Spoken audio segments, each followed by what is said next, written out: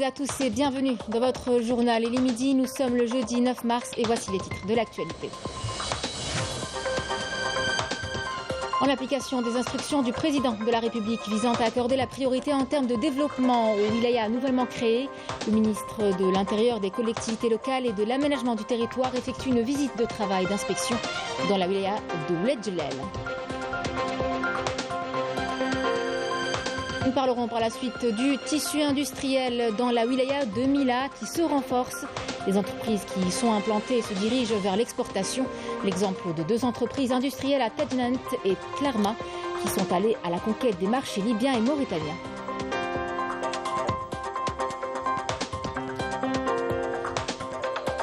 Nous vous ferons découvrir deux différents profils de femmes. Tout d'abord, celle qui est active en milieu rural, à Etiala, à Sétif, et qui occupe un rôle hautement important dans le développement économique et social du pays. Puis celui d'une chercheuse qui a le projet de transformer des déchets organiques en aliments de volaille.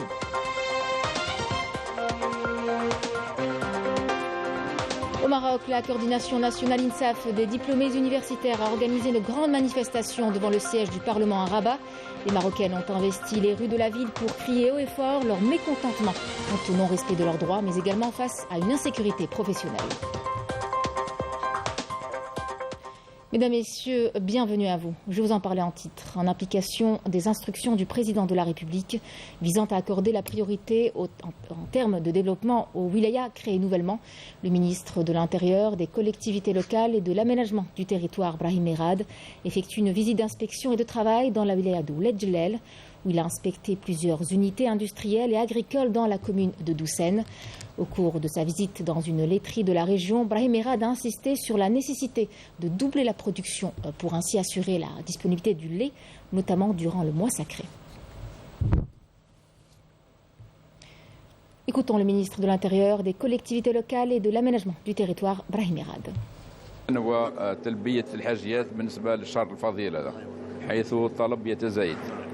هذه الحكومة أخذت قرار باش تزيد دعم التمويل نتاع الملابن هذه الملبنات هذه. الشيء اللي راكم تنتجوه قالك بلي ما يكفي الا بلديتين. ديجا حتى فيما بعد ان شاء الله احنا سنعمل حتى ان شاء الله الوحدة هذه تلبي حاجيات تاع كل المنطقة اللي كان بإمكانكم انتم باش تنتجوا وباش توصلوا المنتوج الى قد عدد السكان تاعكم 226,000 على مستوى كل البلديات. هذه ثاني كذلك تخف على الضغط اللي متواجد على مستوى مثلا معمل باتنا ولا معمل اورلال ولا معامل اخرى. Bonne nouvelle, plusieurs localités relevant de la wilaya de Djellal ont été raccordées au réseau de gaz naturel. Ce raccordement était attendu, il faut le dire, avec impatience par les habitants de cette région, bien connue pour ses températures basses en saison hivernale. Melka Belal. Connue pour son climat rude et froid en hiver, la localité de Iwez, dans la commune de Chakfa, vient d'être raccordée au réseau de gaz de ville.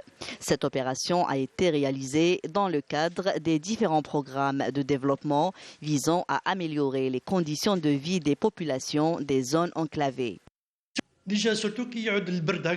Nous avions beaucoup de difficultés pour aller remplir ne serait-ce qu'une bonbonne de gaz, surtout quand il fait froid ou quand il neige. Parfois, nous mettions jusqu'à 3 jours pour trouver une bonbonne de gaz.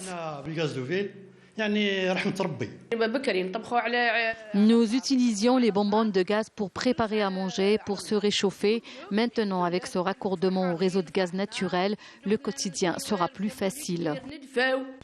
Au total, 100 foyers de Draa Ouled Salah ont été raccordés au réseau de gaz naturel après plusieurs années de souffrance. Presque toutes les localités et surtout les zones enclavées de la wilaya ont bénéficié d'un raccordement au réseau de gaz de ville. Nous sommes ravis car ce raccordement va nous simplifier les choses.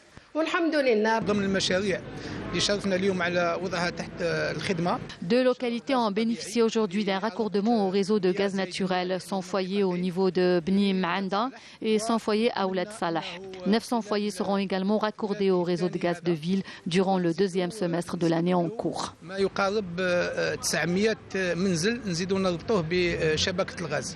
La commune a également bénéficié de plusieurs projets de développement, notamment le raccordement de nombreuses mechtas au réseau d'eau potable. Intéressons-nous à présent au tissu industriel du côté de Mila. Il se renforce notamment grâce à la levée des contraintes. Aujourd'hui, les entreprises qui y sont implantées vont même à la conquête des marchés étrangers. L'exemple de ces deux entreprises industrielles à Tejnant et Tlerma qui, vous le verrez, exportent vers la Libye et la Mauritanie. L'une active dans la fabrication de tubes PVC et l'autre dans celle de poteaux en acier. Badi Amani. D'un simple importateur de poteaux en acier depuis l'Italie, Saïd Boudjelal a investi ce créneau d'activité dans le marché national du bâtiment et demandeur. Il a implanté son unité à Tejnant et a pu réaliser sa première opération d'exportation vers la Libye pour un volume financier de $180 000. Nos frères libyens nous ont contactés et nous avons pu conclure un contrat avec eux à la hauteur de $180 000. Nous comptons aussi faire une autre opération durant cette année pour un volume dépassant les $200 000. L'entreprise de fabrication de tubes PVC de Tlarma a augmenté sa capacité de production après l'obtention d'une autorisation d'exploitation. Une entreprise qui embauche et qui, après avoir conquis le marché national avec une large gamme de produits, se tourne aujourd'hui vers les marchés étrangers, plus précisément vers la Mauritanie. La nouveauté pour nous, c'est que notre produit est placé sur le marché mauritanien. Une opération d'exportation a été effectuée il y a à peine 2 semaines.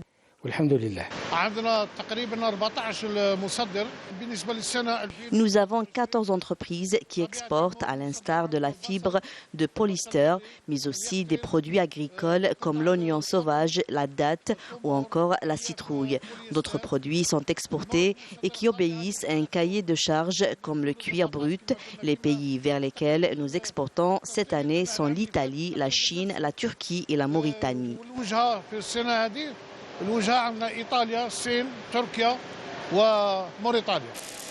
La diversification des exportations hors hydrocarbures permet d'engranger des recettes en devises et développer l'économie nationale. On vous emmène maintenant découvrir un projet qui consiste à récupérer des déchets organiques issus de l'industrie oléicole pour les recycler et en faire de l'aliment destiné à la volaille. Une démarche initiée par Fatima Batoul, chercheuse à l'université Al-Arbi Ben Mehdi d'Oum Bouagui. Cette jeune femme travaille sur la valorisation des résidus agro-industriels, ce qui va non seulement améliorer la santé du consommateur, en fin de compte, mais qui va aussi développer l'économie circulaire. Yemina Saidi.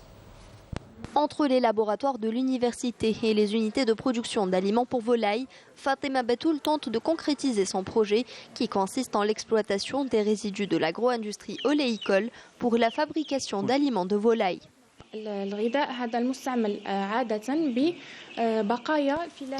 Nous avons remplacé l'aliment de volaille habituel par des déchets organiques provenant de l'industrie oléicole, dont le produit final est l'huile d'olive. Le système de pressage laisse 2 résidus, la pulpe et les fragments de noyaux, qui peuvent être recyclés pour servir d'aliment de volaille.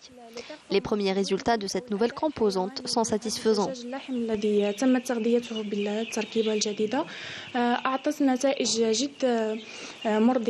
Le projet pris en charge par l'université Al-Arbi Ben Mehdi d'Oum Bouagui a été concrétisé sur le terrain et cela grâce au fait que les frais de production sont très abordables. Le produit en question donne entière satisfaction puisqu'il est entièrement issu de la récupération de déchets organiques, donc intégrant l'économie circulaire et n'ayant aucun impact négatif sur la santé du consommateur. Au cours de la durée d'élevage, nous n'utilisons pas d'antibiotiques ni aucun autre traitement.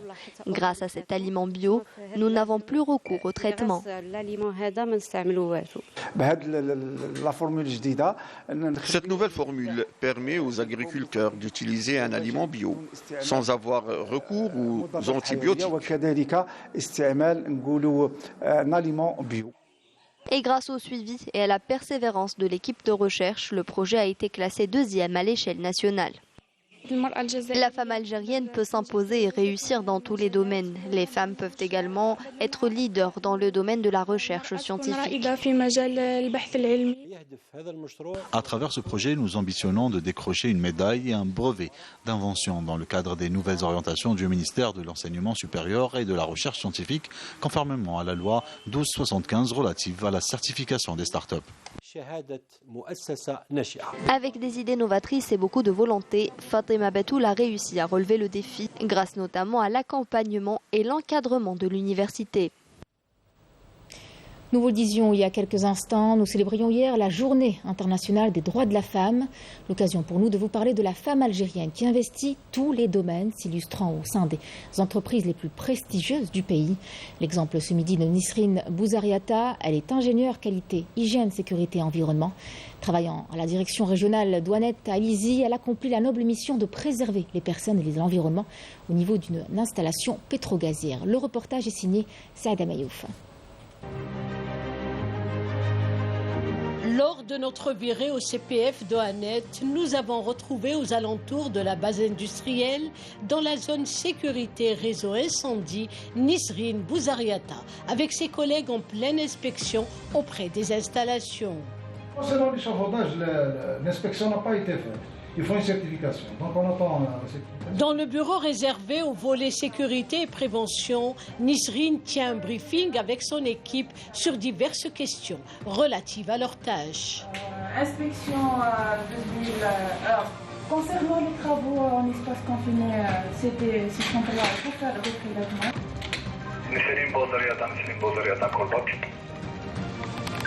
Oui, quand même. Nisrine Bouzariata, 27 ans, passionnée depuis toujours par le métier industriel, mais pas n'importe lequel, l'industrie pétrolière et gazière. Elle lui voue une passion démesurée. Je suis originaire de Tébessa. J'ai eu mon diplôme QHSE, qualité, hygiène, sécurité et environnement, Master 2. Université de Betna de Mousfa Ben Boulaïd. Après, j'ai découvert un concours IAP 2018. Alhamdoulilah, j'ai réussi. J'ai pris mon poste et j'étais passionnée par ce domaine parce qu'il est extrêmement hors de commun, malgré la dangerosité. L'encouragement familial lui a été très précieux, mais pas seulement. Celui de ses collègues est également loin d'être négligeable. Il a permis à Nisrine d'aller de l'avant et de s'affirmer en tant que technicienne de prévention à la hauteur de la tâche qui lui incombe. Ils sont très très fiers de moi, alhamdoulilah, surtout mon père, c'est mon pilier. Au début, j'ai cru que c'est un domaine métier majoritairement masculin. J'ai cru que je vais rencontrer des problèmes avec la communication aux autres. Mais alhamdoulilah, j'ai découvert que c'est un métier dynamique grâce à mon responsable et mon équipe aussi. Alhamdoulilah. Elle est parmi nous, ça fait à peu près 5 ans, je pense. 5 ans, oui. Au début, c'était un début timide. Je l'avoue, mais elle n'a pas tardé à se lancer elle-même. On l'a tous adopté. Et finalement, j'ai trouvé en elle une travailleuse, une fonceuse. Et je n'attendais pas à ces résultats. Je ne m'attendais pas sincèrement. Et je la félicite pour ça. Elle a réussi. Elle s'est bien intégrée dans le groupe. A mis le lieu de son cocon familial de Tébessa à l'est à Ilizy au sud-est du pays, un éloignement ressenti mais atténué par la noble cause.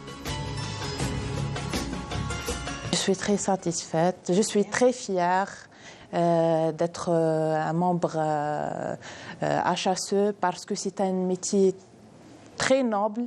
Je contribue à sauver les vies des autres, de personnel Sonatrach, et préserver les installations et l'environnement. Sonatrach, ce sont des hommes et des femmes qui reprennent le flambeau et assurent l'émancipation de l'Algérie à travers une économie prospère. Mais qu'en est-il de la femme rurale? Eh bien, on s'y est aussi intéressé. Vous n'êtes pas sans savoir qu'elle occupe un rôle hautement important dans différents domaines et constitue, au vu de sa forte implication dans le développement économique et social du pays, un élément essentiel. Et c'est dans les hauteurs d'Et Yala. À Sétif, Kariles Oulthamouda nous emmène à leur rencontre. Regardez.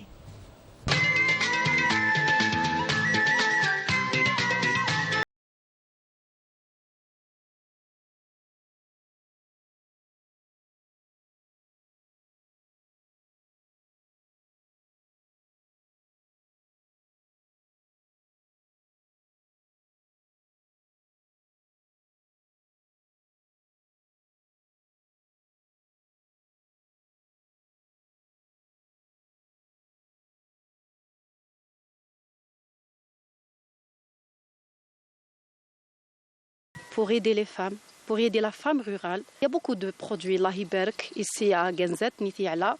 Mais les femmes là, déjà le terme Thafat, c'est la lumière. Ça veut dire quoi? Là, ça veut dire la femme rurale d'Ithiala déjà a du talent, elle travaille beaucoup. Thafat est venue pour faire de la lumière sur ces femmes-là.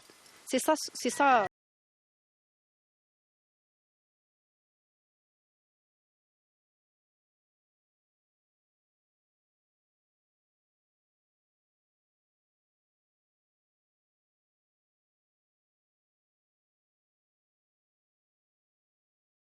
J'essaie de valoriser les plats traditionnels. Je travaille également avec des femmes au foyer. Pour elles, c'est une ressource non négligeable. Ça leur permet d'être actives et avoir un revenu. On s'est lancé dans la vente des produits du terroir. Notre région regorge de ressources. On est également connu pour notre gastronomie très riche et saine. Tikorbabine, par exemple, le couscous et la shleta qui est célébrée chaque année à Tigert Nedrer. On fait également des conserves avec des recettes typiques de Athiala. L'autonomisation économique et sociale des femmes dépend également de la protection du patrimoine matériel et immatériel de ces régions. Le 8 mars a également été célébré à la Grande Mosquée de Paris. Des femmes de tous les horizons et de toutes les origines et religions confondues ont été conviées à un déjeuner-débat et à une cérémonie. Il s'agissait de tenter de démolir les stéréotypes et les archétypes dont souffre la femme musulmane dans une société occidentale. Je vous propose d'écouter ces propos recueillis par notre correspondante à Paris, Afeb Belhouchette. L'islam a toujours donné une place prépondérante à la femme. La femme joue un rôle important à la fois sur le plan religieux, dans la cellule familiale. Et moi-même qui ai grandi à Alger, ma ville natale, entouré de femmes qui ont joué un rôle important pendant la guerre de libération et qui ont toujours été au rendez-vous lorsque des défis importants ont touché la nation algérienne. Et aujourd'hui ici, à la Grande Mosquée de Paris, je veux montrer que la femme a toute sa place et qu'à l'occasion du 8 mars, elle est encore une fois, je dirais, reconnue comme étant l'élément moteur d'une société. Et quand on cache la femme dans une société, c'est que c'est une société qui est rétrograde et qui régresse. Eh bien, je dirais que comme toutes les initiatives du recteur, ça représente ce témoignage du fait que l'islam n'est pas cette religion fermée, l'islamisme qu'on essaye de nous présenter. Le recteur montre qu'il y a en fait, je dirais, une vision commune de l'humanité, une vision universaliste. Et il s'efforce d'ailleurs de la porter très haut. Et ça permet de savoir que nous pouvons vivre, je dirais, tous ensemble en paix. C'est une journée où il y a des revendications, où il y a vraiment... on est plus présent pour parler de revendications, des droits de la femme, parce que malheureusement, un peu partout dans le monde, il y a encore des choses à revendiquer. C'est une joie à plusieurs titres. D'abord, c'est un signe que la mosquée de Paris organise une rencontre entre toutes ces femmes. C'est une simple joie d'être ensemble et de voir que chacune creuse un peu son sillon. Et c'est une joie aussi de voir la diversité de ces femmes musulmanes, chacune avec son chemin, avec sa route, avec son savoir-faire, avec ses qualités, et qui montre toute la richesse et toute la diversité des femmes. Je trouve que c'est une idée tout simplement géniale. C'est la première fois que moi j'assiste donc à ce déjeuner. J'ai rencontré des personnalités que je connaissais, j'ai rencontré de nouvelles personnes. C'est important. Très souvent, on a l'impression que l'islam n'est pas favorable pour les femmes. Ça a été rappelé dans le discours si important. L'islam, c'est aussi les femmes. Et elles ont une place toute particulière et nous avons toutes une place si particulière aujourd'hui pour ce déjeuner. L'actualité à l'étranger, c'est aussi la ferme position de l'Union européenne concernant le conflit du Sahara occidental qui a été réaffirmée par la Commission européenne. Elle reste connue, surtout inchangée, et soutient les efforts des Nations Unies pour parvenir à une solution politique juste, conformément aux résolutions du Conseil de sécurité. Yanis El-Qassem. La position de l'Union européenne concernant la question du Sahara occidental est bien connue et reste inchangée. Aucune modification de l'organigramme n'est prévue sur la question sahraoui. C'est ce qu'a affirmé Joseph Borrell, vice-président et haut représentant de l'Union européenne pour les affaires étrangères et la politique de sécurité. Une question qui est suivie par le service européen pour l'action extérieure. Dans le même sillage, Joseph Borrell a réitéré le ferme soutien de l'Union européenne aux efforts déployés par les Nations Unies, son secrétaire général et son envoyé personnel, Staffan de Mistura, pour poursuivre le processus politique visant à parvenir à une solution politique juste, durable et mutuellement acceptable, conformément aux résolutions du Conseil de sécurité. Il a ajouté par ailleurs que l'Union européenne était régulièrement en contact avec l'émissaire de l'ONU et se tient prête à accompagner ses efforts en vue de relancer le processus de négociation entre le Front Polisario et le Maroc. Au Maroc, la coordination nationale INSAF des diplômés universitaires a organisé une grande manifestation devant le siège du Parlement à Rabat.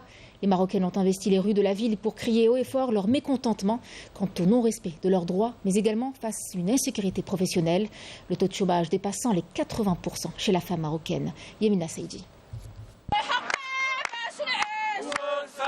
Les Marocains investissent toutes les grandes villes du pays quotidiennement pour dénoncer la cherté de la vie, le chômage et les inégalités sociales. Cette fois-ci, ce sont les femmes marocaines qui ont battu le pavé pour crier leur détresse et leur désarroi face à la politique inégalitaire du Makhzen. التنسيقية من 2021 إلى غاية اليوم وهي كتنزل الشارع وهي كتناضل وتقول بالحرف وبكلمة موحدة نعم الوظيفة نعم الكرامة. هاد التنسيقية فيها خيرات شباب هذا الوطن، فيها ناس حملت شهادة الماستر، الناس اللي هما اون سيكل دكتوراه، لي شيرشور اون سيكل دكتوراه، ولكن للأسف صدمنا بواقع مرير اللي هو واقع البطالة. تنسيقية الإنصاف الوطني اللي حملت شهادة الماستر لن تغادر الميدان، ما غنمشيوش من الميدان إلا وخدينا الحق ديالنا المكفول بقوة الدستور بقوة جميع المواثيق الدولية. حكومة أخنوش في البرامج الانتخابية ديالها قالت بالحرف الواحد أنها غتلقى حلول للشباب، غتوفر مليون منصب شغل، فإذا بنا نصدم فقط بتسقيف الأسعار وبتسقيف في هذا اليوم العالمي للمرأة. حشومة واحد اليوم عالمي اللي خص المرأة تحتفل براسها وتفرح براسها، كتخرج تناضل، كتخرج تاكل العصا، كتخرج تقول واك عباد الله رأنا في بلادي وأنا مضطهدة. جينا اليوم الاحتفال باليوم العالمي للمرأة، طبيعة الحال بدون ما نشالوا خطة تنسيقية الإنصاف من البطالة يعني وإخصاء يعني وسياسة آدم الصماء والعصا الغليظة. يعني لازلنا نناشد وننادي المسؤولين باش يلقاو لنا حلول عادلة ومنصفة. أننا راعينا ما عندناش شي حلول حيت نعانيو من البطالة ومن الفقر المدقع يعني في البلاد ديالنا في ظل طبيعة الحال الإخصاء إما بسبب السن أو الزبونية أو المحسوبية أو الموظفين الأشباح وغيرها من الإقصاءات. كنطالبوا الناس المسؤولين يلقاو لنا حلول عادلة ومنصفة فقط، ما تنطالبوش شي حاجة. À l'occasion de la Journée internationale des femmes, l'Association marocaine des droits de l'homme ainsi que la coordination nationale INSAF des diplômés universitaires ont organisé à Rabat une grande manifestation pour le respect, la défense et la promotion des droits humains et des femmes en particulier. اليوم راه عيد المرأة وحنايا راه مستمرين في النضال ديالنا وفي عوض ما يكرمونا في هذا اليوم هذا ويحققوا ولو قليل من المطالب هذه المرأة هذه. حنايا كنتعنفوا في شوارع الرباط بالقمع بعدم اللامبالاة ديال المسؤولين، ما كاين حتى شي حاجة ولا حتى شي جديد لدرجة أن حتى شي واحد ما قدر يفتح حتى باب الحوار معنا. حنايا عامين وما ناويش حنايا أننا نفقدوا الآمال في هذه التنسيقية هذه ولا أننا غادي نستسلموا وغادي نمشيو. حنايا مازالين مصرين على المطلب ديالنا. Le chômage chez les femmes s'accentue au Maroc. 80,2% des femmes en âge de travailler dans les zones urbaines sont sans emploi, contre 77,2% des femmes dans les zones rurales. Les Marocaines sont donc dans l'obligation de lutter pour leur survie dans un pays où l'insécurité règne en maître. La discrimination et la violence sont leur lot quotidien, alors que le code pénal n'assure aucune protection aux femmes marocaines. Revenons en Algérie avec du sport et ce Tour d'Algérie de cyclisme 2023 qui entame aujourd'hui la troisième et plus longue étape de la course. Elle s'étalera sur une distance de 176 km entre les oasis de Boussaada et Biskra où les athlètes des équipes algériennes engagées tenteront de rester sur le podium à l'instar de la team Madar. Une team dont le sociétaire Hamza Yassine Al-Guigui a remporté la première étape de cette compétition au sprint final à l'arrivée à Msila devant plusieurs concurrents sur une distance de 121 km en moins de 3 heures et cela malgré la complexité de l'itinéraire emprunté. Le compte rendu avec notre envoyé spécial Sid Ahmed Bouraïb. L'Algérien Hamza Yassine qui évolue sous les couleurs du club Madar aura fait d'une pierre deux coups en remportant l'étape en 2h58 minutes, mais aussi le maillot vert, celui de meilleur sprinter. La course a été difficile car il y avait du vent. Je me suis préservé pour être au top en fin de course. J'ai eu un problème technique, mais ça a été vite réglé.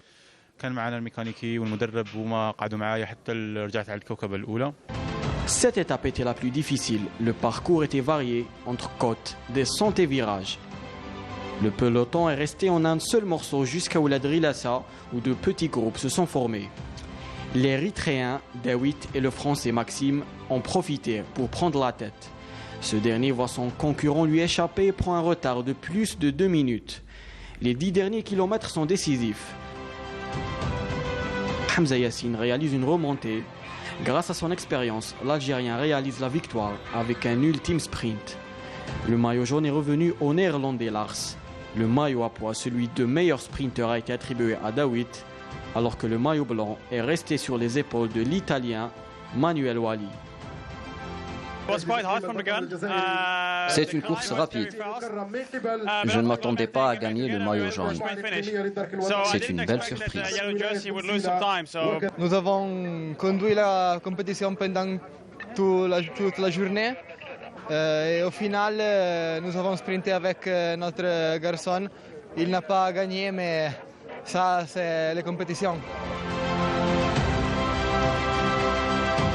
L'étape de ce jeudi sera entre Boussaada et Biskra, sur une distance de 176 km, soit la plus longue de ce tour.